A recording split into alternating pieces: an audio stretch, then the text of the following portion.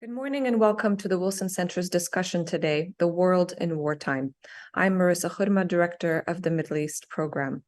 The wars in the Middle East and Europe have generated political uncertainty and military instability far beyond their front lines and profound questions about the future.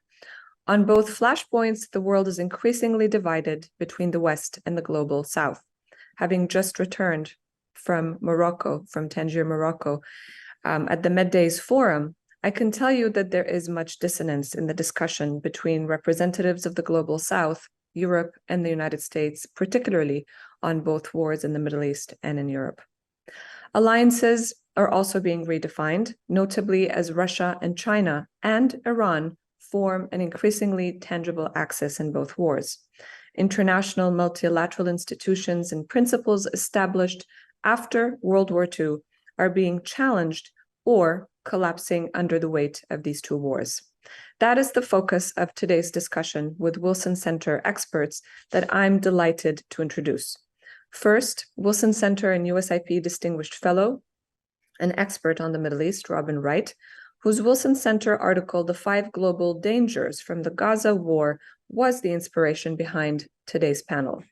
Ambassador Jim Jeffrey, who's the chair of the Middle East Program here at Wilson and is the Distinguished Ken Slater Family Fellow, Robert Daly, Director of the Kissinger Institute, and Jennifer Wistrand, Deputy Director of the Kennan Institute at the Wilson Center. Special thanks to the Kennan Institute, to the Kissinger Institute, as well as the Global Europe program at the Wilson Center for co-sponsoring our event today. And last but not least, David Sanger, who is our esteemed moderator for today's discussion. He's currently a distinguished fellow at the Wilson Center and White House and national security correspondent for the New York Times. Before I hand the floor over to you, David, a note to all of you watching today to leave your questions in the comments box or tweet your questions to @WilsonMEP. David, the floor is yours. Well, thank you very much. Wonderful to be with you. Thank you, Marissa, for doing this. I can't think of a more important topic for us to take up than the question of when and how we should begin to think of the broader implications of this terrible war in the Middle East, a result of the terror attack that took place, of course, on October 7th. And there's a lot of commentary and a lot to be written and a lot that will be said, particularly in the next few hours and days, if the hostage deal comes together, which certainly everybody hopes it does, about the immediate effects in the Middle East. But as Marissa suggested, what we're going to try to do today is do what Robin did in that piece, which I commend everybody to read for the Wilson Center, which is to think about what the bigger and broader impacts of this are going to be a year down the road, 5 years down the road. I don't think I would take it much further than that because since we consider how surprised everybody was on October 7th, that this had erupted in such an horrible act of terror, I don't think we would want to try to guess out too far into the future. But certainly far enough to ask the question, how does this get at some of the big central issues that the United States is facing today? Certainly, how does it impact the war in Ukraine? At a moment that Vladimir Putin is undeniably happy to see both American and European resistance to contributing to the war at this level, and now the distraction of American policymakers and European policymakers as well to trying to go deal with another part of the world when they were trying so hard to keep the world focused on Ukraine. And Robert in particular is going to help us through on the question of how the Chinese see this quite differently than the way we're looking at it here, and even the way the Russians are looking at it. So I'm going to dig right in on each of those. Let me start with you, Robin, since you were the inspiration here.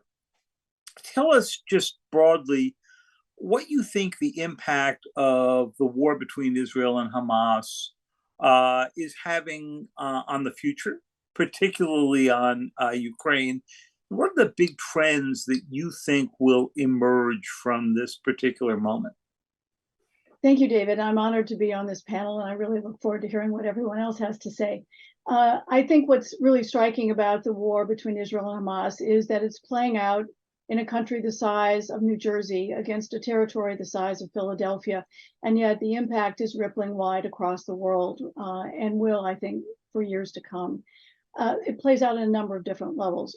Politically, as has been mentioned, there is a deep split. This war and the tensions, the passions, the furies have been unleashed continents away on college campuses, dividing the world into a kind of new rough alliance between the West and the global South. We've seen the activation or the deepening of the relationship between Iran, Russia, and China. We've seen new old tactics in warfare become even more relevant with the taking of hostages, which is a practice that dates back to the times of Julius Caesar when he was taken hostage en route to studying in Rhodes. It has played out for centuries, but in the 21st century, it is one of the most cost-efficient military tactics in the world. And I suspect, unfortunately, that will be the last aspect of the tensions between Israel and Hamas to play out. I think we will see this play out in other parts of the world. The value the West puts in individual life is so high, and the cost when they're taken, exorbitant. And that's why I think Hamas has such leverage, much more leverage with the human beings it's taken than it does with the drones, the rockets, and the mortars that it has. I think when you look at the rippling economic effect, there is the real danger that we see a global shock, both from the war in Ukraine and the war in the Middle East. The World Bank recently talked about the global shock that could play out with the price of oil going as high as $150 a barrel. I think one of the other things that I worry about is the failure of international institutions. The UN looks almost irrelevant except for the issue of providing humanitarian aid or coordinating it, that there's very, very little that the UN seems to do, even as the Secretary General came out just yesterday and said this killing must stop. And, it goes about as far in terms of impact as the people who hear him say it. And that's where I worry that the institutions, the principles, the ideas that were established in the aftermath of World War II are kind of failing us or are no longer accepted or practiced. I have lots of other ideas, but I'll stop there. Well, great. Jim, let me take this to you because you've spent so much time dealing with the region. And let me ask you to pick up on Robin's really interesting thought that this is, if we get the hostage agreement, it will be the last agreement that we get here. Because if that's the case, it suggests that we're in for years and years of being back into the cycle that you spent much of your career trying to get us out of. So first of all, do you agree with her? And then secondly, basically a version of the same question that I asked Robin, which is, what do you think the long-term impact of this is going to be in the rest of the world as we try to figure out how to deal with this while dealing with every one of these other conflicts, most of which have, particularly dealing with China and some dealing with Russia, a more direct impact on the United States and Europe than the Middle East does, although the Middle East obviously has a way of sending its ripples throughout the world. Thank you, David, and good to be on today. Much of what I say, I will steal from Joe Biden's almost page-long essay in the Washington Post over the weekend, which I think summarizes not only his position, but what I would say is the correct position, though it's a very difficult one. First, to the immediate issue of what happens next. Israel believes it is both existentially necessary and feasible to destroy ISIS. It doesn't define that well, so I'll help them basically destroy ISIS the way the international coalition led by the US destroyed the Islamic State. It still exists as a terrorist organization and ideology with 15,000 people in cells, but it has lost its offensive capability that was so dramatic in 2013 to 15, and it doesn't hold territory. That's Israel's goal. It has support by President Biden and a critical mass in the US and more quietly in other places from Europe through India through East Asia to pursue that despite the horrific civilian casualties which impact everyone. Partially because there's no alternative. The people who say ceasefire in the same breath say in a two-state compromise solution. A ceasefire means Hamas emerges surviving and thus triumphant, and Iran gains yet another chess piece in the chess game it's been playing since 20 years.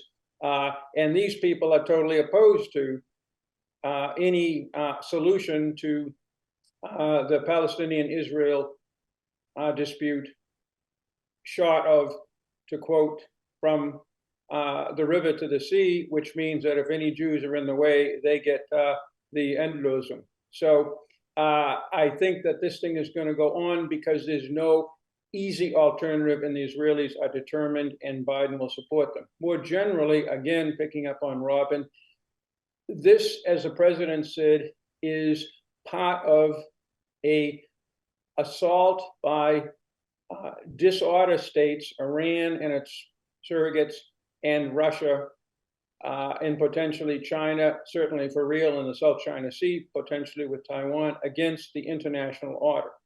We saw this before in the Cold War with many of the same actors. We succeeded in a containment strategy and beating them off until they fell off, at least for 30 years. And we saw it again in the 1930s. This situation reminds me more of the 1930s and the Cold War, in part because our populations really don't get war, whereas the people in the Truman administration certainly did, and they aren't able to differentiate between complicated things. Ukraine is easy because it seems to be morally simple. Defending Israel is not morally simple because of the Palestinian cause and because of the general insecurity and dysfunctionality of that very important region, the Middle East. And we see this in the different approaches that large segments of the populations in what we call the West, although it includes much of East Asia, and other countries, and as Marissa said, in the global South against the Israeli position. Although there I would say the global South has never been much help. A, wasn't in the Cold War. B, the position on Ukraine is almost as strong as on Israel, with the exception of the Arab world, which understandably is very concerned, as it should be, about civilian casualties in Gaza. So I'll stop there, David. Jim, let me just ask you one question just to sort of follow up on that. So tell us for a moment, who do you think the American partners are here in this effort right now? Because this is so complex. Obviously, none of the countries that opened up diplomatic relations with Israel during the Abraham Accords have walked away from that. And yet each one of them is under considerable pressure from their own populace to certainly back the Palestinians and perhaps back Hamas. So tell us a little bit about how we're going to put the partnerships together. It's tough for the reason you said, and particularly for the very high, in some respects, shockingly high, civilian casualties. Now, in looking at some of our conflicts, particularly the battle for Mosul, we see similar civilian casualties in urban fighting. The difference is it was over 9 months. And this is just in a few weeks. Now, from the Israeli standpoint, that is a good thing because despite everything the U.S. military thought and told the Israelis, they decided to do a blitzkrieg, and they've seized a relatively large chunk of Gaza City very quickly, with far fewer casualties than we suffered in either Fallujah in 2004 or in Mosul. Getting to the larger issue of the alliances, because of the human cost of this tactic of the Israelis, it is harder for our European, East Asian, and moderate Arab states to make their essentially hoping that Hamas goes away beliefs public. So the United States has to deal carefully with that. But the point is, nobody yet in a serious position that we care about in maintaining this global order has come out with an acceptable alternative to Hamas being defeated. And that is going to indirectly sustain the United States as long as the United States, which means the American president, is willing to continue this, I believe. Great. Jennifer, I want to bring you into this from your great work at the Kennan Center. So tell us how, if at all, you think this is going to change the trajectory of the war between Russia and Ukraine. Is it, as I suggested at the beginning, going to run the risk of leaving us in the position of being distracted from it? Even before this happened, you saw the resistance that was taking place among many Republicans in Congress to funding the Ukrainians at the level at which they have been funded so far. We've seen some parallel concerns in Europe. Those were happening before this erupted. Tell us how you think the big trends are going to lay out from this point forward. Thank you, David, for the question, and thank you to the organizers for inviting me to be a part of the discussion. I'm going to pick up on what you just mentioned, David, and also circle back to Robin's points about alliances. So I think you're absolutely right that when October 7th happened, Putin was probably excited because it was a good distraction for him, right? So you have the potential that with October 7 onward, there's less media attention on Ukraine because the world's focus has shifted to Israel and Gaza. You have the potential that there's less military support for Ukraine because the US in particular, their focus has shifted to Israel. And point Robin mentioned earlier too, there's a potential less humanitarian support for Ukraine because again, the world's focus has shifted to Israel and Gaza. So all of these, less media attention, less military support, and less humanitarian support would favor Putin's position in both the near term and the long term. And as you pointed out, David, there has been somewhat less media coverage of the Russia-Ukraine war since October 7, but that had actually started prior to that. Again, a point you made, segments of the US population, and by extension, segments of the US House and Senate, have signaled a desire to scale back support for Ukraine. But as we've recently seen, US Secretary of Defense Lloyd Austin just made a visit to Ukraine where he announced there would be additional support for the country's war effort. With respect to the humanitarian situation, it's yet to be seen if the Israel-Hamas war is going to impact humanitarian support for Ukrainians. It's possible that the UN is going to have to shift some of its humanitarian aid that it's been delivering to that's been delivering to Ukraine to Israel and Gaza. But I would say again, much of the humanitarian support that Ukrainians have thus far been receiving has been coming directly from cities and municipalities in EU states like Poland and Germany. And it's unlikely that that is somehow going to be shifted to Israel and Gaza. And this is where I want to circle back to what Robin was talking about by bringing up the point of alliances. I think that one way the Israel-Hamas war might meaningfully change the trajectory of the Russia-Ukraine war, certainly if the war continues for the long term, which most people think it will, is from the perspective of alliances and the rules by which those alliances play.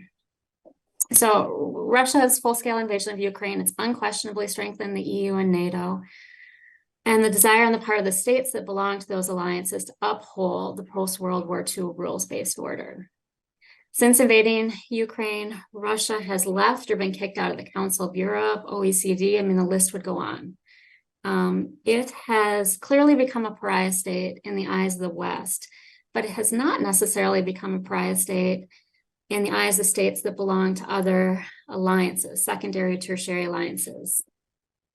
And I would say that became patently clear this summer when South Africa, which was host to the BRICS summit, so Brazil, Russia, India, China, South Africa, it did not uninvite Russian President Vladimir Putin, even though South Africa is a signatory to the ICC, the International Criminal Court.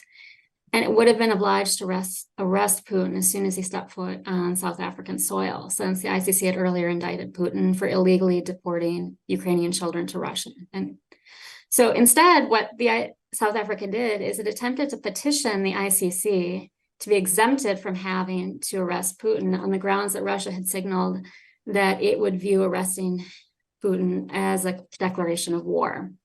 So in the end, Putin decided not to attend the BRICS summit. But the fact, I would emphasize here, the fact that the BRICS alliance has persisted to the point it has and is in fact growing. We know they've talked about adding 5 or 6 additional members. And the fact that some of the BRICS members, such as South Africa, were willing to shirk their obligations under international law, this is where we should see this as a worrying trend. And it's a trend, but I think, again, circling back to the Israel-Hamas situation, I think it's a trend that could take off. And that's because you have alliances that have been in existence, but now could feel emboldened, could increase their numbers, could start following, again, emphasizing a different set of rules and norms. And rules and norms which could, circling back to Robin and her piece, could with time fracture our international system. That international system, we know, going back to February of last year, has already been irreparably cracked since Russia, which is one of the 5 permanent members of the Security Council, invaded a sovereign territory. But again, this just sets the stage for additional alliances, again, to kind of follow this rule-breaking situation. And I'll stop Great. there. That's terrific. Let me just press you on one point, and it's this fascinating point you make on the alliances. So obviously, the BRICS meeting happened before the October 7th attack. And you're right, Putin was invited, though I think he wisely decided this wasn't really a good time for South African tourism to take place for him. But separate and apart from that, now that you've seen the war breakout, how is that likely, if at all, to accelerate the view of the BRICS and others who basically see here what they maintain is a huge contradiction in American policy? That, in other words, that we're far more willing to express our outrage and call for sanctions on Russia when it bombs Odessa than the U.S. is willing to do for the kind of bombing that Jim was describing that was taking place in Gaza. Yeah, it's an excellent question, David. I think, whereas if you go back again pre-October 7 with the Russian invasion of Ukraine, and certainly let's just look at the BRICS countries, a lot of them might have not supported Russia invading Ukraine, but they weren't willing to full out and come and say that they were on the side of the US and the West. And now I think what you have with the Israel-Hamas situation and the US and some others, people are taking more clear-cut sides. And I think that therefore emboldens the BRICS countries and others. It's just, we've gone from kind of it's the West versus to a lot more countries that have become involved. And I think it then opens up the playing field for countries that might have not felt secure enough to be able to make a statement before to now be able to make a statement. And so I think you're going to see BRICS. I think you could see other alliances as well, perhaps those more in Asia that are going to start making more statements. Great. So, Robert, you've been waiting very patiently here, but I've been saving our China expertise here for last. So I was just out at the summit in San Francisco and the meeting for President Biden and President Xi. It was quite remarkable for the tone where Xi was, in my view, for the first time, actually had something he needed from the Americans more than the Americans had something they needed from Xi Jinping. And that was, of course, investment, a way out of his economic stress that he's in right now.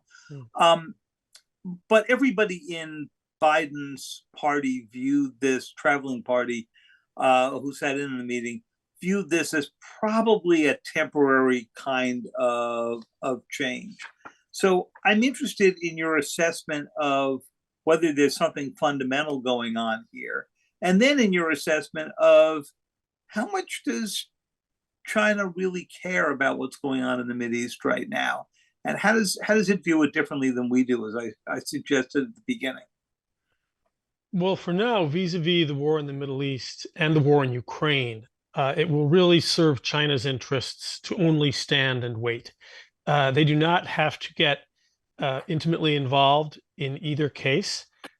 Their preference in the Middle East and vis-a-vis Ukraine is to stand aside and to claim to be a neutral peacemaker, even though they have clearly sided against Israel and against Ukraine, both countries with which they had had pretty good relations until violence broke out. So China is playing, I think, a long game, relatively cost and risk-free vis-a-vis both wars, where it can posture as a potential peacemaker. And it can use that posture. Again, it doesn't cost them anything. They're not getting involved to increase their support among the global, countries of the global South. And in order to continue to slowly stand up something like an order in opposition to that which has been led by the West since 1945. And they do this through the Belt and Road Initiative, through what they call their global development, security, and civilization initiatives. And they seem to have, a lot of takers for these propositions in the global South, and they can mobilize these countries to vote with them, as they have with resolutions in the United Nations dealing with the Middle East. So they are happy to see the United States be deeply involved and be stretched, if not yet distracted from China. This has been one of the, I think, a singular achievement of the Biden administration, first with Ukraine, and now with the Middle East as well, is that they have somehow managed to keep three balls in the air, to keep a focus in the long term on the strategic competition with China, and to put points on the board vis-a-vis China in the Indo-Pacific. Now, is that sustainable? We don't know. I answered your second question first. Your first question was about Xi Jinping and whether something fundamental has happened. Does he face a, long enough, a sustained economic downturn that he is worried could become a social and a political problem? Does he worry enough that he's willing to go sort of cap in hand to the United States and look for investment? And is he going to keep doing that? I suspect that the answer is no, although I think that China's economic difficulties are going to continue to deepen. And this will bring us back to Russia. His strategic concerns are greater, at least in the international sphere. As things worsen economically in China, and as China itself de-risks vis-a-vis the United States and the rest of the world, Xi Jinping's greater concern is the competition with the United States, which he sees as a truly existential threat. China has decided that no matter what we say, our policy toward China is containment, support for Taiwan independence, and regime change. That's an existential threat. That is a greater threat to date than China's economic slowdown. And this is the one thing that could change China's only stand and wait policy vis-a-vis Russia in particular. Because Xi Jinping sees an existential threat, not unreasonably from his point of view, he needs to have a strong partner in Russia. And if he sees his Russian partner weakening, if he sees Putin failing, God forbid, China's worst nightmare here would be a Russia that turned back toward Europe.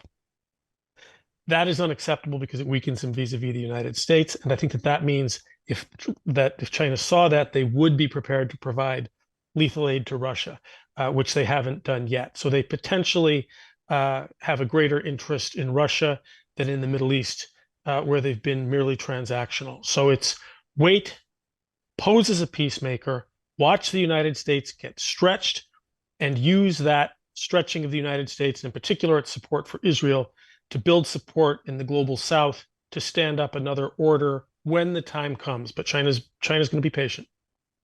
Let me press you on two parts of that just really quickly so we can get back to all of the conversation among the different panelists. The one time we've seen China step in as peacemaker was obviously Iran, Saudi Arabia. What lesson did they draw from that?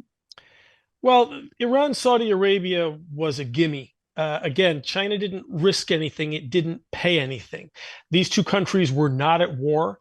They came together and reestablished diplomatic relations, and they wanted to do this. Both countries were ready, not because of any diplomatic art on China's part, for other reasons. These countries handed that prize to China and not to us, in part to put a finger in the eye of the United States, which both countries wanted to do for different reasons. So this was not an active, diplomatically adept China. They just had to show up on game day and make generous gestures and bring the people together for the photo op. So China will continue to be opportunistic in that way.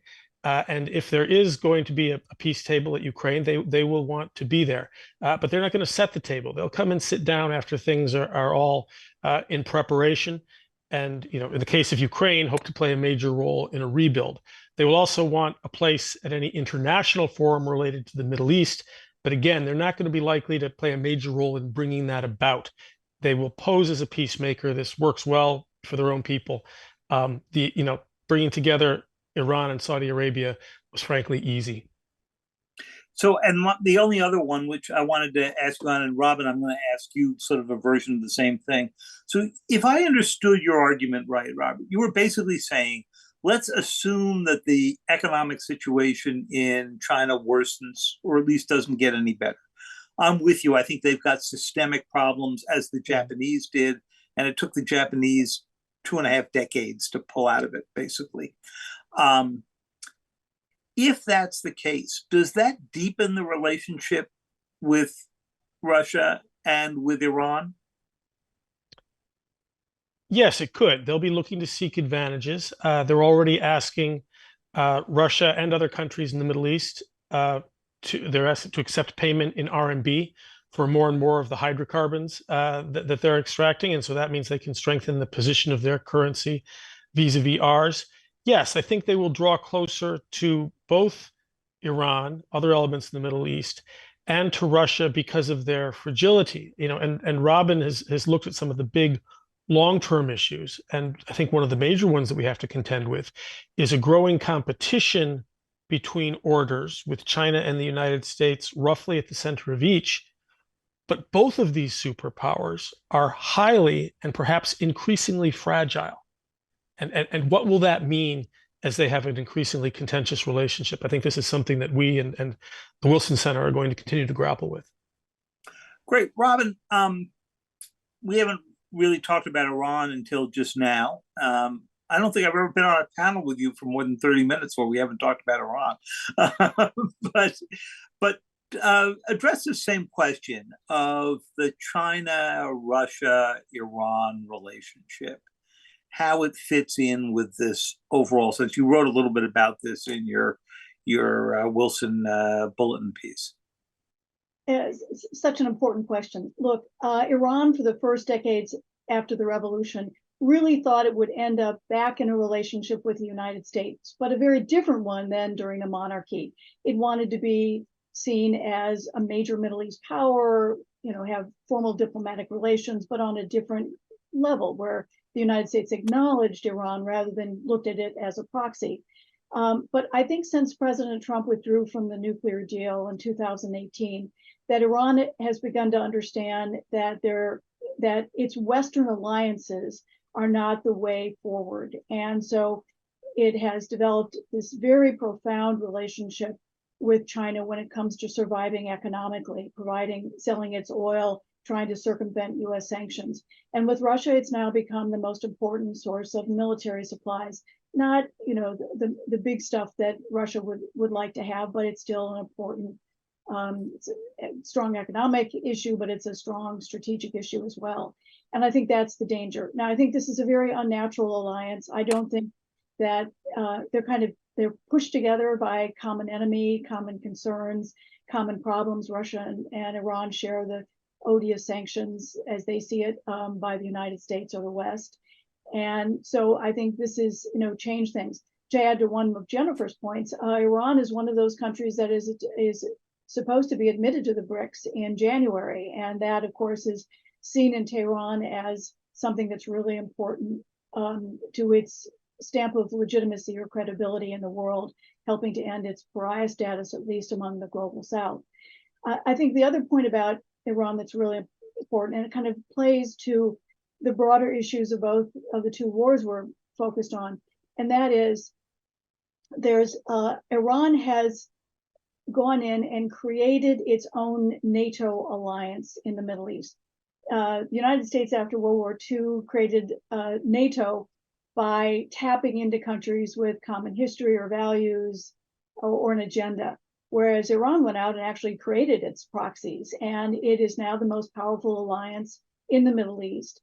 And I think one of the important things to understand is that its network is largely non-state actors. And in the 21st century, it's stunning that the United States in Iraq and Afghanistan, Israel on multiple fronts, that the greatest threat to them are these non-state actors. And this is an irony. In the 21st century, we're not only fighting 20th century war, but we're fighting against militias that don't have sophisticated weaponry, don't have notable air forces, or that are limited to kind of drones. In the case of Afghanistan, often didn't have uniforms or shoes. So, and they're being quite powerful. And that goes back to even a further idea about the ideas that are kind of defining the world right now. In Israel, the challenge is with a militia. And yes, Israel can kill the leadership, destroy arsenals, destroy the tunnels, but it can't kill an idea.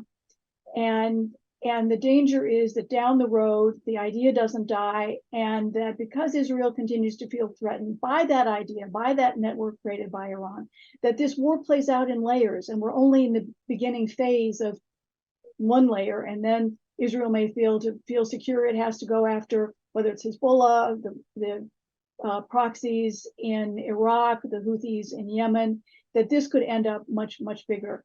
And the same applies to the Ukraine war, that Vladimir Putin, supported by a lot of Russian nationalists, has an idea to create Greater Russia again.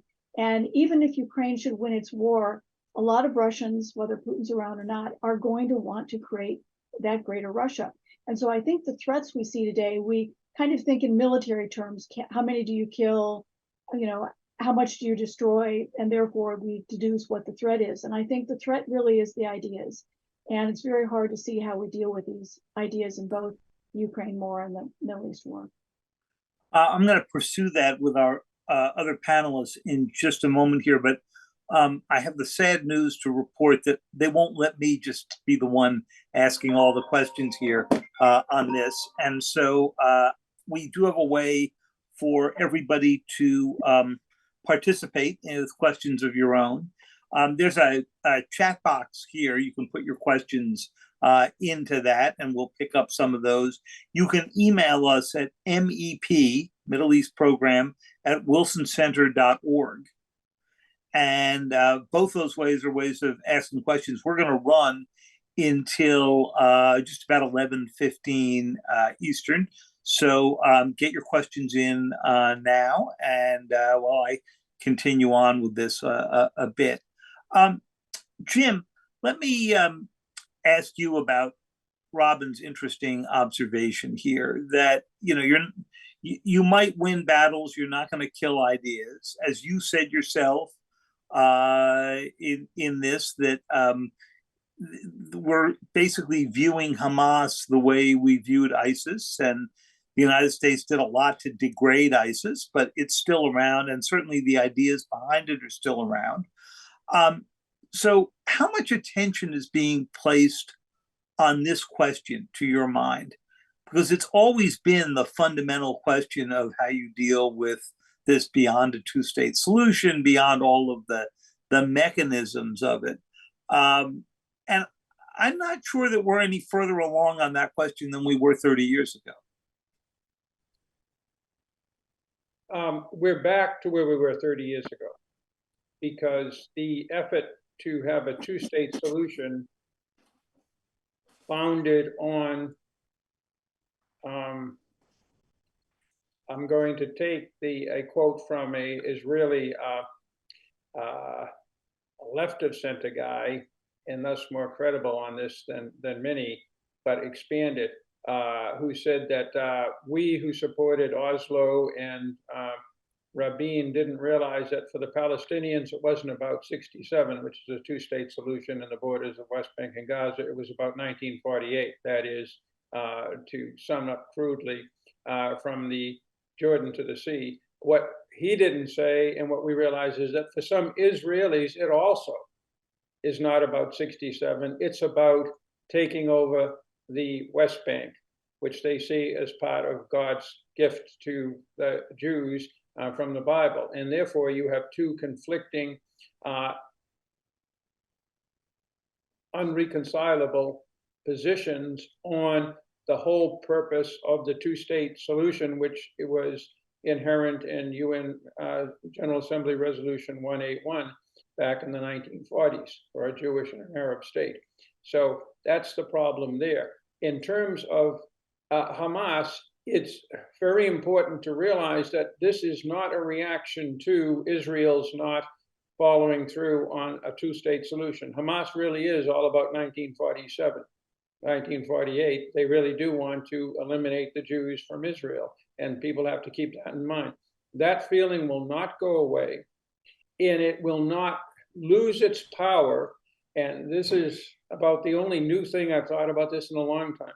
As long as there is, as Robin correctly said, a powerful state with the strongest alliance in the region, dedicated seriously to the destruction of Israel, it is very, very hard for the Palestinians, given their history, to abandon that hope and settle for a compromise solution when they have, not only support from, but they will be flanked by Iran and Iran's surrogates, particularly Hezbollah and Hamas.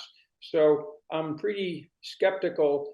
I think that should be our public position. I think we need to dramatically use far more leverage than we're using now, and we have the leverage with Israel to stop dramatically the misbehavior and worse in the West Bank against Palestinians, and to reopen Palestinian Authority Israel contacts as we had 15 years ago.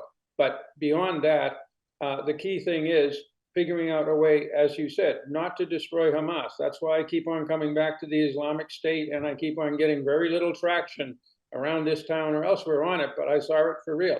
It's not about making Hamas or its ideology go away. It's about ensuring it can't do another October 7th the next time, in conjunction with Hezbollah doing one 5 times more powerful, and Iran and the other Iranian surrogates jumping in. That's the existential crisis for Israel. Israel is not going to be a safe or a normal country, anything like it was on the 6th of October, until that threat goes away. Therefore, it will try very, very hard to destroy that threat. Again, not to wipe out Hamas, but to take away its offensive capability and its control of terrain.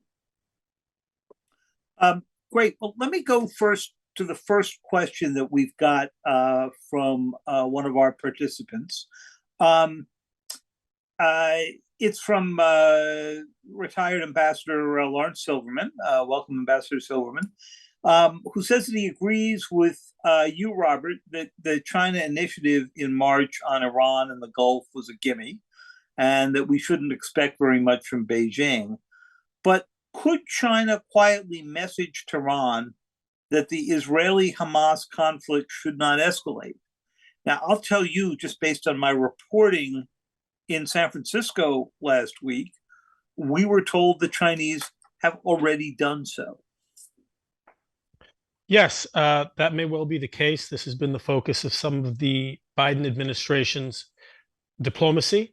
What I don't know, and I'd be curious to hear what Robin thought, is whether China's, what would be a very gentle suggestion, there wouldn't be any threat in it, there wouldn't be any quid pro quo. If China suggests this to Iran, how much does that mean to Iran? That I simply don't know, not knowing enough about the region. But that is within China's vision of itself as a potential peacemaker, not to force Iran to do anything, not to threaten them or to incur any costs itself, but to simply mention this as a possibility in the pursuit of peace and to encourage them. I think that China probably would do that. And China, as you mentioned, David, at the beginning of your question to me, in the first round, does need more foreign investment. If, despite what is essentially its Cold War relationship with the United States, it is able to turn the trick of getting more investment from American companies, that would serve China's purpose. And this could be a relatively cost-free way of doing so. I don't know whether Iran would stay its hand at Beijing's suggestion. I'm also pretty certain, Robert, just based on past experience, that the U.S. has probably sent the message, hey, if Iran gets into this and we get into things with Iran in the Persian Gulf, you can say goodbye to any oil traffic going through the Gulf while that conflict is underway. And that's something that the Chinese could ill afford when their economy was growing at 8%. But at 1 or 2%, that would make a real difference, wouldn't it? Well, and of course, it's also diversified its sources, both in Central Asia and in Russia. It could make a difference, but of course, China's plan is not to continue to grow at only 2%. It hasn't yet reconciled its lowering capacity, at least in the short term, with its considerable both domestic and international ambitions. So there are several different timelines at work simultaneously here.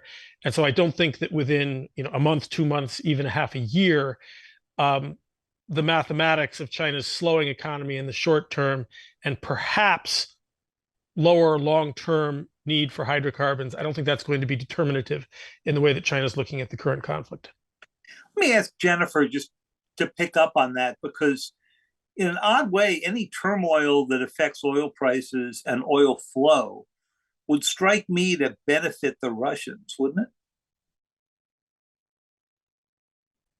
It's a good question. It could certainly. Russia has rich natural resources, not just oil, but an abundance of others. I think it would get back to trading partners. And again, the Europe used to be highly dependent on Russian oil and gas and has pretty much reduced its levels to the point that the countries feel is sustainable. If Russia was able to convince a lot of other countries, which I think is possible through some of the alliances Robin and others mentioned, then yes, it could benefit. But again, I think it remains to be seen. One more, Jennifer, for you while we've got you. Carol Williams, who used to be at the LA Times, is a correspondent. Welcome back here, Carol. Asked whether or not you agree with that essay that Richard Haas and Cliff Cupson put into Foreign Affairs just a few days ago, that suggested that Ukraine's got to redefine its war objectives to achievable goals rather than pursuing what they called what is now a war of choice. So in other words, their argument, as I read it, was defending Ukraine from being overtaken as a state was a war of necessity. What they're involved in now, down in the Donbass and that rest, is a war of choice to recover all of the Russian annexed territory. But the state of Ukraine could continue without that territory. And in fact, the Russians were in that territory before February 24, 2022. Mm-hmm. What's your view?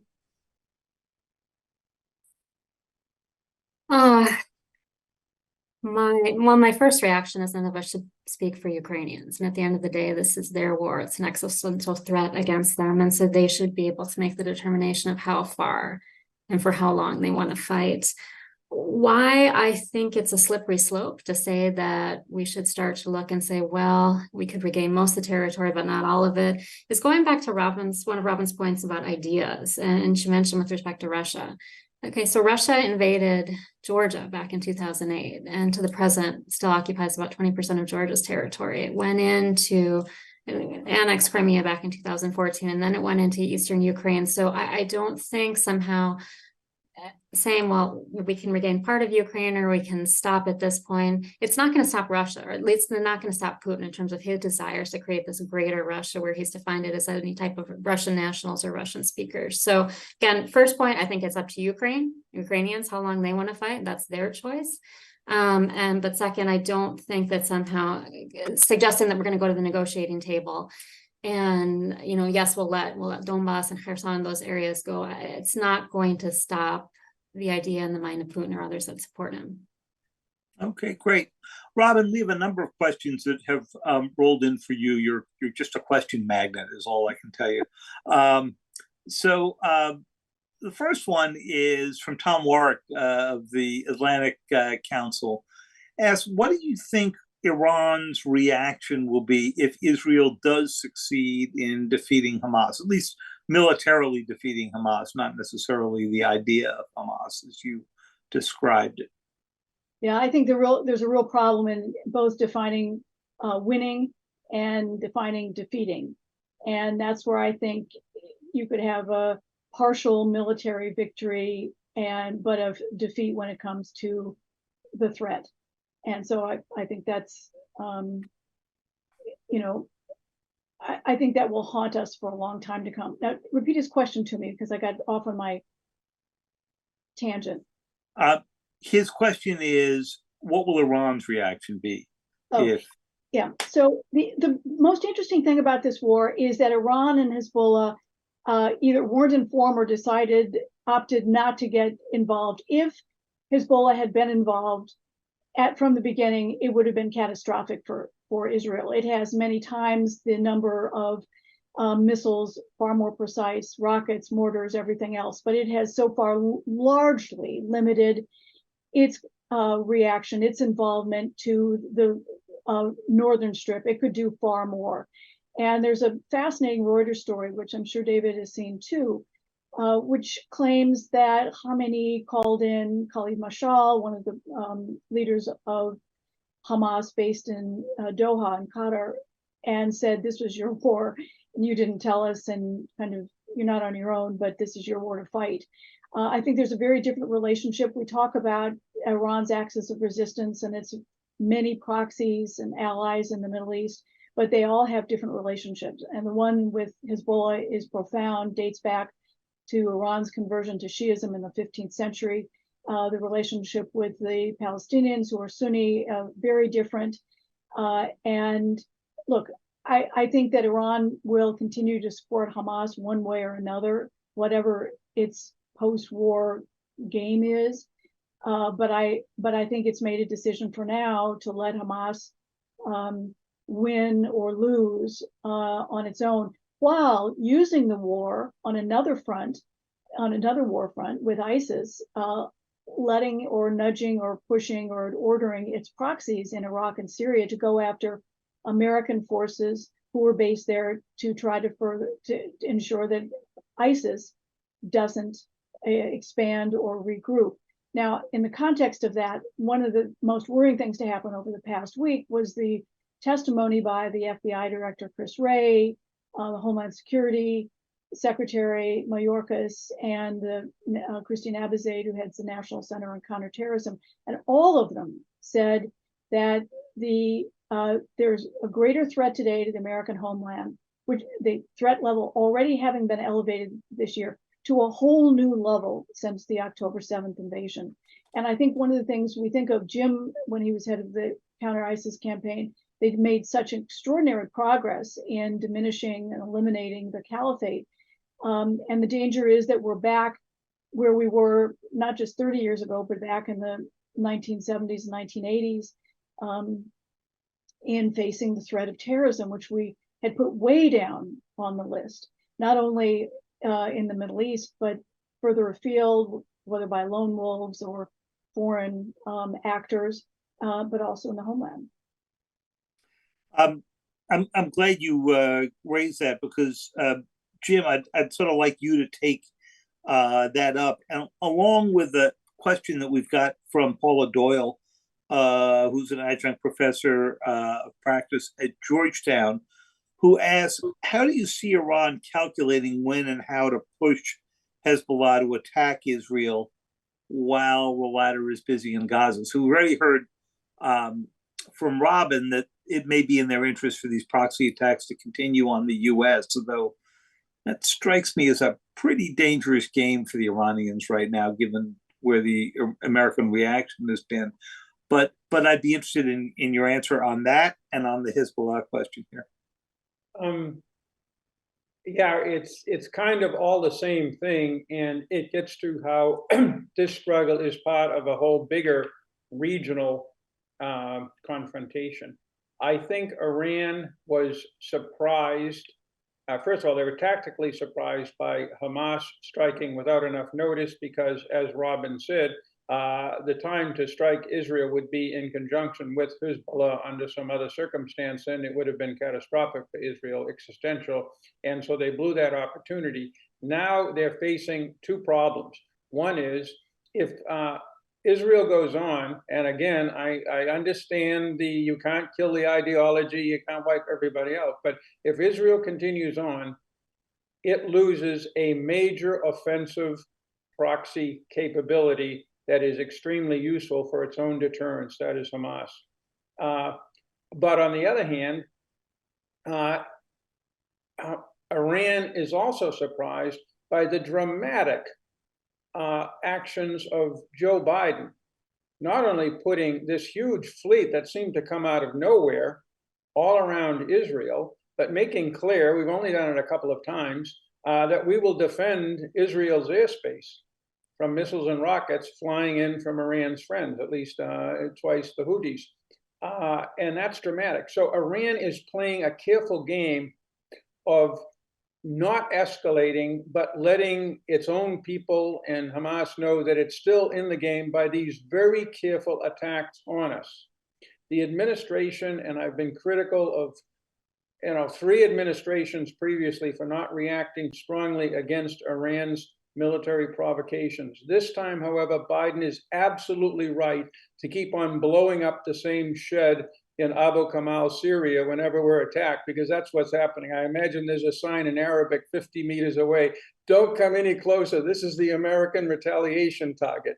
But the reason is the strategic blow to Iran is not what we will do if we struck the Houthis tomorrow, or even a target, an electrical plant in Iran. It's what's happening to Iran's major proxy, Hamas, in Gaza, and that is being facilitated by the United States. So we should be as calm as possible. It's not in our interest, and ironically, not in Iran's interest, to escalate this thing, and that is a very good situation compared to the really bad alternatives we have. Okay, terrific. Let's go back now to some of the questions that we've got here. Robert, back to you from Sungye Sering. Will China's open support for Palestine result in a more left-leaning and Muslim countries supporting China's position on Taiwan? Why is the world more forgiving on Muslim deaths around the world, but not of Palestinian deaths? This is in the question. I'm not entirely sure that's an accurate position of the world, but I'd be interested in your view of it.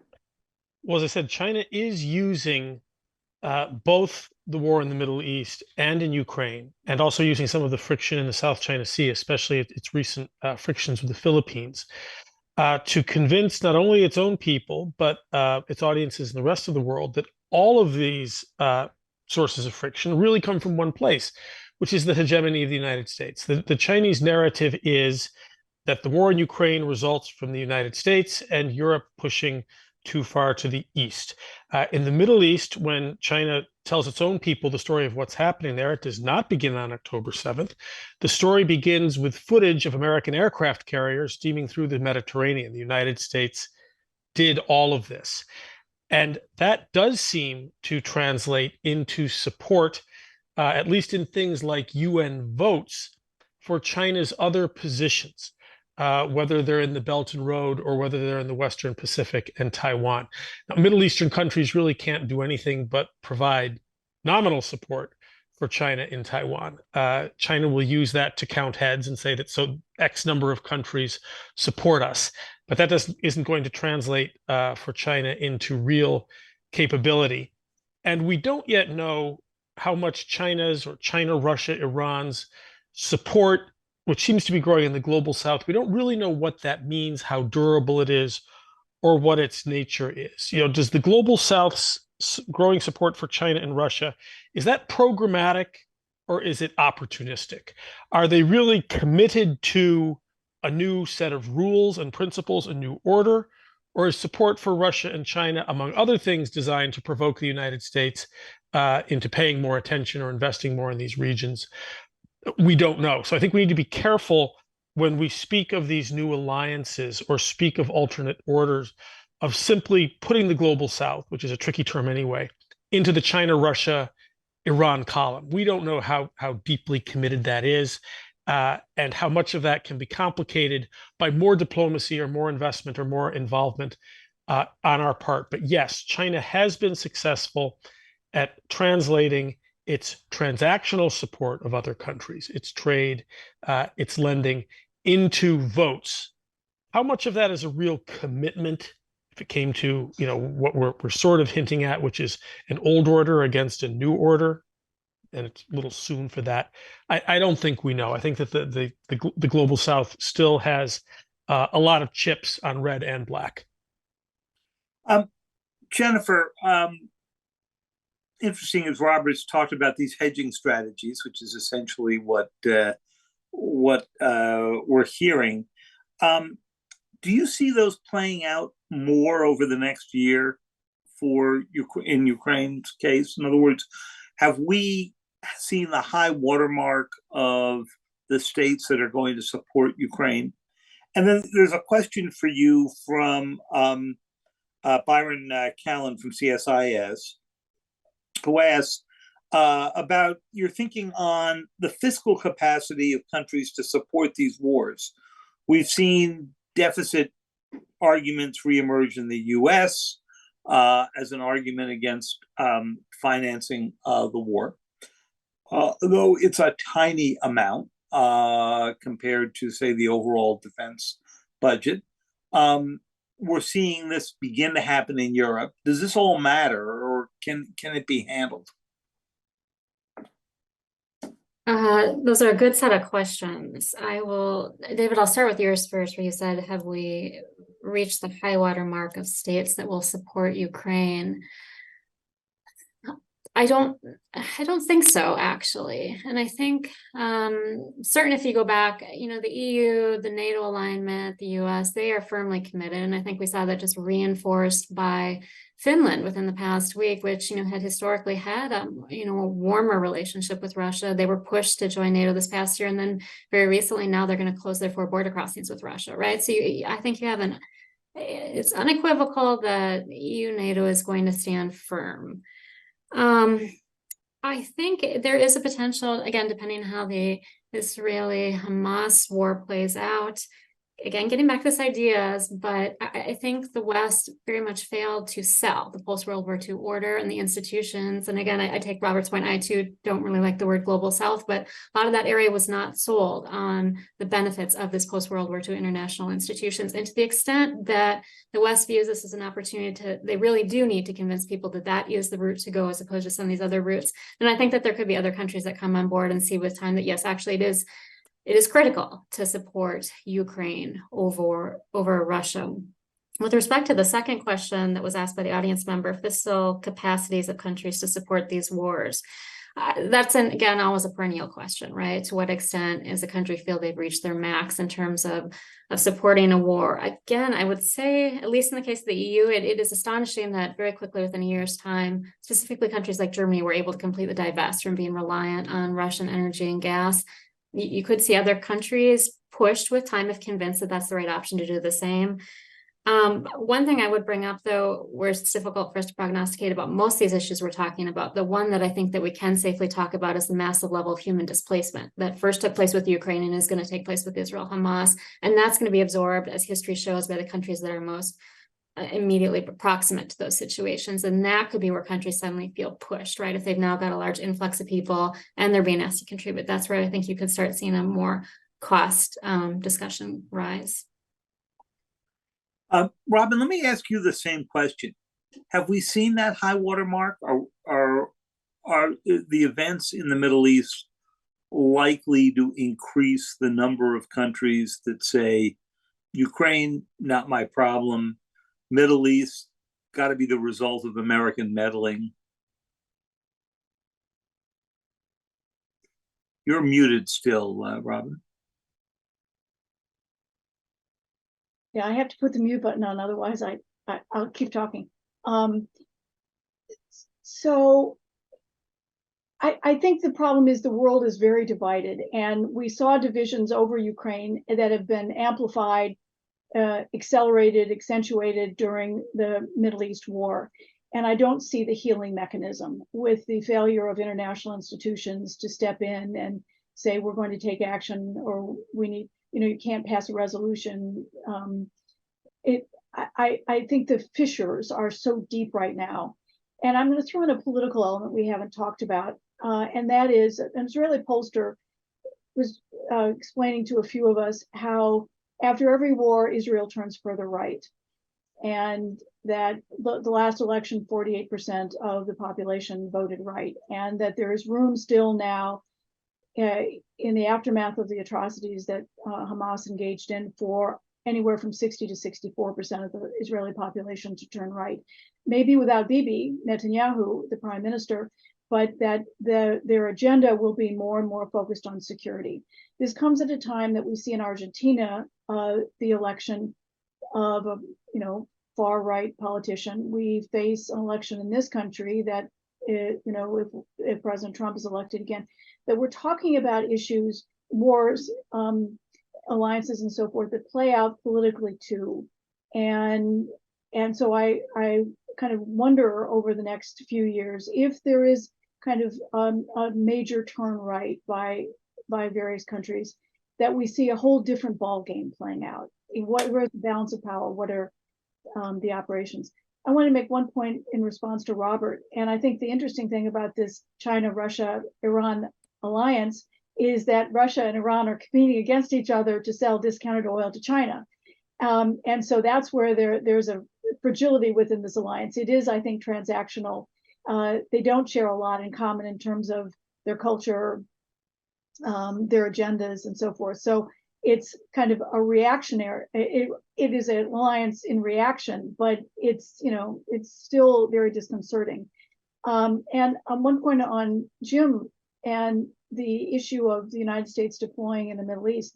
Yes, we've exerted our military muscle, and we can say to those who threaten us, the big guns, the big warships, the big warplanes are deployed. Don't mess with us, or don't try to expand the war. The danger is this happened in 1982 when the U.S. went in as peacekeepers in Lebanon during the Israeli war against the PLO. And what happened was the U.S. became targets and ended up suffering the largest loss of U.S. military life in a single incident since Iwo Jima in World War II, and leaving kind of abruptly, saying we failed. So there's a danger, especially as we deploy 2,000 ground forces, and the U.S. is even saying where, that we deploy them in some places where the leadership is vulnerable, where public sensibilities kind of side for now with Hamas. And so I worry that, we're thinking short term. I think Israel is also thinking short term. How do you handle a threat? And what worries me is the lack of a long-term strategy, kind of everywhere. And where's the leadership to give us a vision of whether it's the end of what the end of either war looks like or what the world does next? I think we're reacting day by day, and that scares me. So, Robin, I'm going to ask you the first of the same question I'm going to ask each of our panelists here to wrap up this, which is, if you read the U.S. national security strategy that came out a year ago from the Biden administration, it said we are at the end of the post-Cold War era. We are at the beginning of what follows. And basically, it couldn't define what follows. What follows, do you think, if you're thinking out 3 to 5 years, or even to the next time that national security strategy has to be written? Well, China is clearly where the Biden administration wanted to focus. Clearly, what is the biggest long-term threat to the United States? We got sucked into what are 20th century conflicts, and we can't seem to get into the 21st century in terms of our strategy, our thinking, our planning, whether it's military, diplomacy, and because we are a democracy that elects new leadership every 4 years, it's very hard for a president to think long-term. So I think that what Biden thought he was going to do is still applies. I don't know how we get there when we're being so diverted by these two conflicts that I think will play out for a very long time, because there's no way to win in any either conventional sense or in terms of kind of the ideas at play. Jim, what follows that post-Cold War era? I'm going to disagree at several points with my friend Robin. First of all, I think we know it's going to look a lot like the first Cold War. It's the same list of opponents, minus the communist ideology, but more integrated in terms of trade. But all in all, it's a wash. And we're following, and it was laid out in the national security strategy you cited, which is one of the best I've seen, essentially a containment strategy.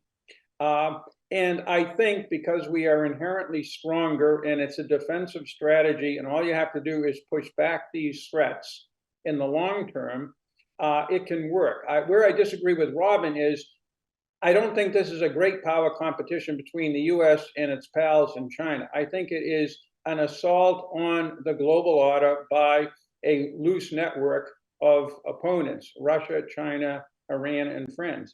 And therefore, if you have to defend, this was a Cold War, success story, and it was the failure of the 1930s. You have to defend that perimeter everywhere. And I would look at the success, and Robert knows this far better than I, that we've had in relative terms with China.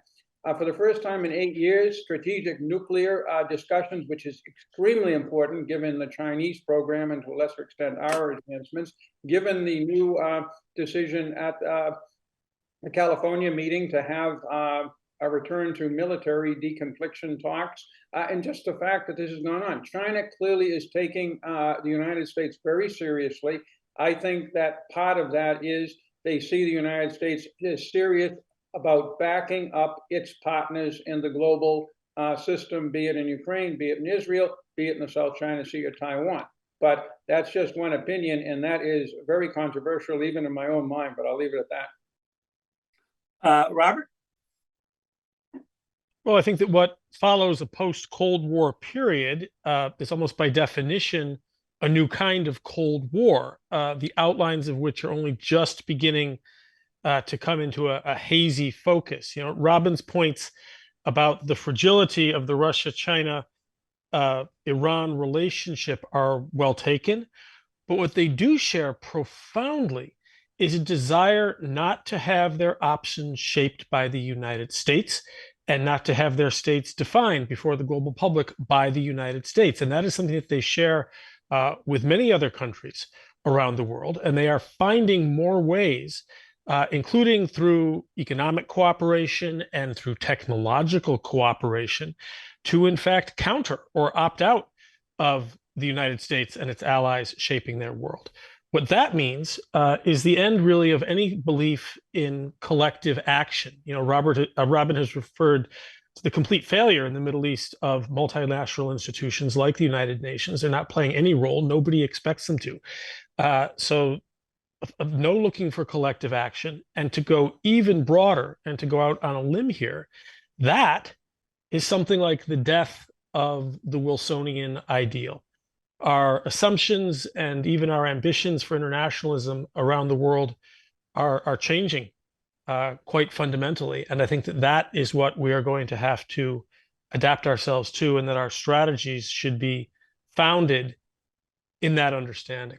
And this is going to become very difficult depending on what happens with our own domestic politics. I mentioned the fragility of China and the United States as major factors. I don't know if in several years we'll still be interested in dominating something that might be called a world order or not. It's interesting that you say that, because as I'm trying to finish up a new book. I mean, I think the fundamental question I'm trying to go struggle with is, do we want to play the same role in these new Cold Wars that we played in the old one? And that strikes me as the great difference. You know, from Truman to Eisenhower to Kennedy to Johnson, parties changed, but there was still a fundamental understanding it was the United States that was going to fill those vacuums. That's no longer necessarily the international understanding. Jennifer, we're going to give you the last word. Well, I don't know. I don't know how I feel about that. But it's taking your question, David. I guess I'm trying to build on what others said. You know, whether it's new Cold War or a variant of a Cold War, I think one thing that's fundamentally different from before is, and Robert touched on this a little bit, but we have more people in the conversation, right? And that's because of the advent of social media. And we can't go back in time where we don't have that anymore. And so while the Russia-Ukraine war and the Israel-Hamas war are very, very different in many respects, has been laid out today, one commonality was both sides using their form of information to inculcate their respective sides in advance, right? Russia had its message to its population and still about its special military operation in Ukraine. Ukraine obviously is giving a very completely different message, which the West supports. Same with Israel and Hamas, and I'm hesitant to speak about that situation, but people who cover that know that, you know, Israeli side and Hamas side have had different messaging tactics, right? And so we can't go back to a time when we didn't have that. And I would also add on then, you know, unlike during the Cold War, where you had less mobility of people, to the point I made earlier, people are moving with their feet. Upwards of 1 million Russians have left Russia, right? And it's unclear if they're going to go back or who will go back with what ideas. A lot of Ukrainians have left. You're going to have people leaving because of Israel, Hamas. So that's also going to shape things in a way we didn't have 50 plus years ago, that kind of human mobility. Great. Well, I want to thank all of you for such great insights. We have reached our witching hour. We are not out of questions, but we are out of time. I think this has really been a great and fundamental conversation. And I think it's driven us to really the topic that I hope we'll all pick up in the new year, which is the last one you just addressed, which is what system does follow this in a world in which we are going to be tugged between the 20th century conflicts that we are seeing play out so dramatically now in Israel and versus Hamas, and the 21st century conflicts that we know our own national wealth and our way of governing both in the US and around the West is going to be, you know, facing the biggest challenges that it's had in some time. So Jim, Robert, Jennifer, Robin, I want to thank you all. And Marissa, thank you for putting all of us together, and a happy Thanksgiving to everybody. Happy Thanksgiving.